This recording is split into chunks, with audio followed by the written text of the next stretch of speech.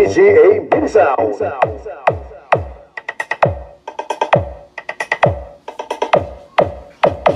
The Wild Spider of the Run. CJ Ram Rumming.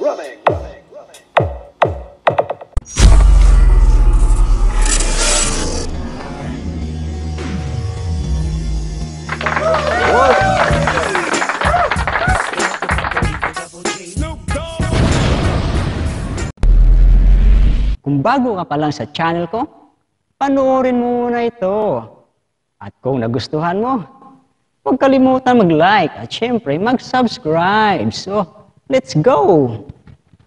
So ayan, magandang araw mga ka-RTV tips. Kung bago ka pa lang sa channel ko, huwag kalimutan i-hit ang subscribe button. Pag-click ang bell all para ma-notify ka sa sunod kong mga video. So wala nang iba tayong pag-uusapan ngayon kundi itong nasa gilid ko, si Sakura EV735. Mag-unboxing tayo kasi ito ay pina-unboxing sa atin. Pagkatapos natin i-unboxing to, i-review natin. Tapos wag kang mawawala, bubuksan agad natin yung loob. Kahit may warranty pa, tanggalin natin yung warranty sticker para i-review natin yung mga piyesa sa loob. So ano pang gagawin natin? So let's go! Kaya na, buksan na natin. So guhitan na agad natin. Silyado tayo guys, silyado. So may sticker pa ni ano yan, Sakura. Siyempre guhitan natin dito.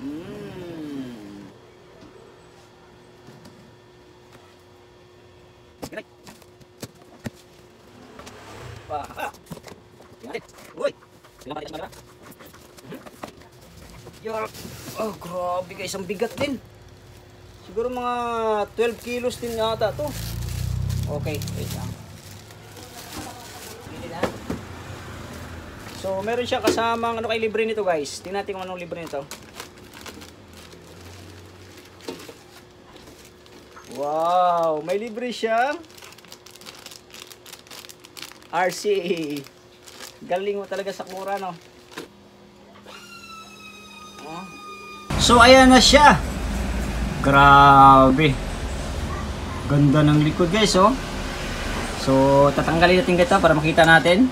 So unang-una meron agad siyang right and left.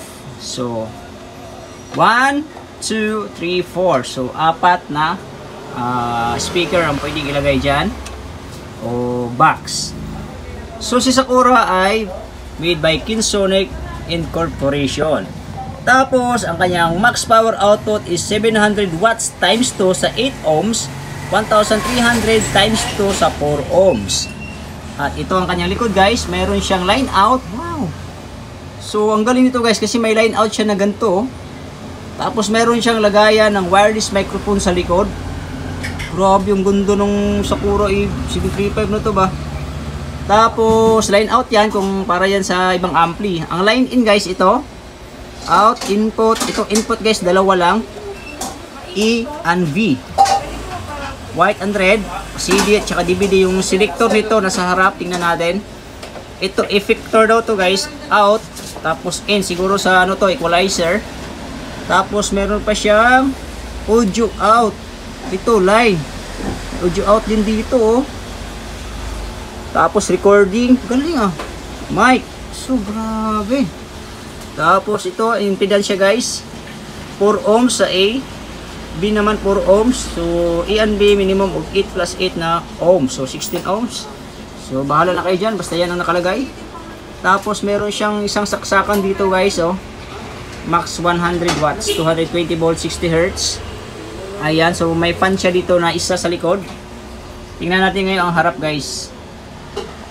So na guys, ito na yung harap ng ating Sakura EV735. So meron siyang tatlong volume, echo, mic volume at saka music volume. Ayan. So may mga background music tayo dyan, yung mga alaga nating pusa. Ayan sila, medyo nag-iingay. So hayaan natin yan sila dyan. So nakita natin yung likod kanina, no? Yung A and B. Ito po yung selector niya kung gusto yung A or B.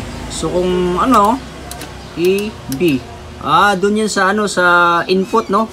Kung gusto niyo doon sa A, pwede, pero yun sa B. Ngayon, Sa likod merong dalawang saksakan ng mic, sa harap naman merong tatlo. Ayan, 1, 2, 3. So ganun kaganda si Sakura EV735, no? Tapos mic 1 volume, mic 2 volume, mic 3 volume, tapos may repeat siya. So okay to sa microphone kasi may repeat. Tapos dito mayroon siyang mid bass, mid, M3 treble, mid, tsaka bass. Ano yung im? Bass, solo, tapos treble, tsaka balance. Ayan, sa balance para sa left and right. So ito yung power niya. Tapos yan na naman ang harap niya. Wala nang iba. So mayroon siyang music assistant, no? Music volume. Ay, okay guys. So para malaman natin yan, ititesting natin yan guys. So let's go. Bubuksan muna natin itong unit, no? Buksan natin.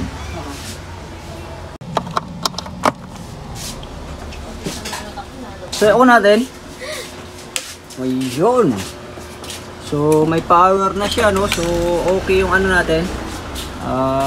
Sakura EV735. So may Bluetooth kaya to. Ano to dito? May mga pindutan siya guys eh.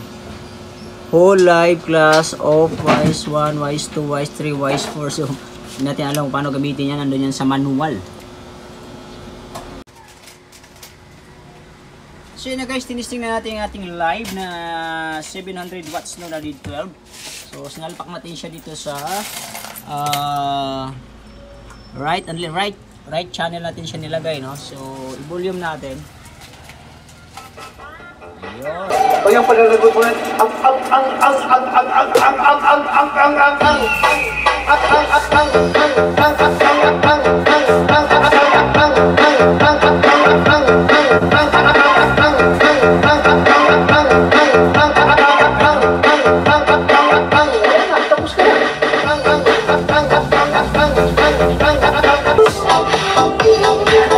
ibig sabihin, buo yung ano natin, buo yung amplifier natin, umaandar, left and right, nilipat natin. So ito, mic volume, ito echo sa mic. So testing natin yung mic, wag na natin testing yung mic dahil mag-ano pa tayo sa loob, no? Titingnan mo natin, sayang yung oras. So wag natin patagalin to, let's go na.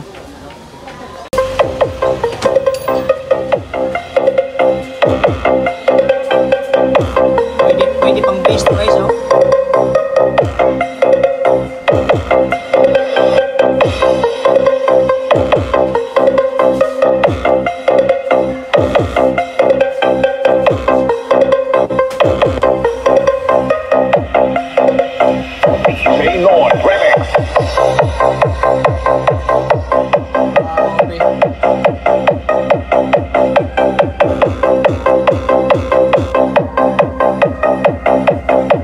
Grabe, ang lakas.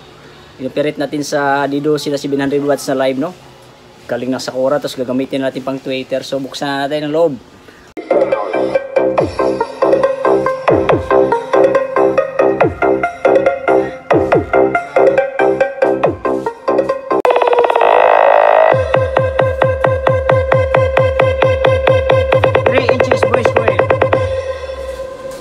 DJ Noel.